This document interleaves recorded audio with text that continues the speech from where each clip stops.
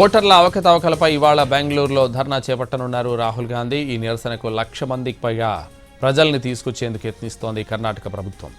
బెంగళూరు వేదికపై నుంచే ఓటు దొంగతనం కార్యక్రమానికి సంబంధించి కీలక అంశాలను రాహుల్ గాంధీ ప్రస్తావించే ఛాన్స్ ఉంది. మహారాష్ట్ర అసెంబ్లీ ఎన్నికల తర్వాత భారత ఎన్నికల సంఘంతో గొడవ పడుతున్న రాహుల్ గాంధీ 2024 లోక్సభ ఎన్నికల సమయంలో కర్ణాటకలో పెద్ద ఎత్తున ఓట్ల దొంగతనం జరిగిందని ఇటీవల ఆరోపించారు. బెంగళూరు సెంట్రల్ లోక్సభ స్థానంలోని మహదేవ్పుర అసెంబ్లీ స్థానంలో మొత్తం 1,250 ఓట్లు చోరీ అయ్యాయని ఆరోపించారు.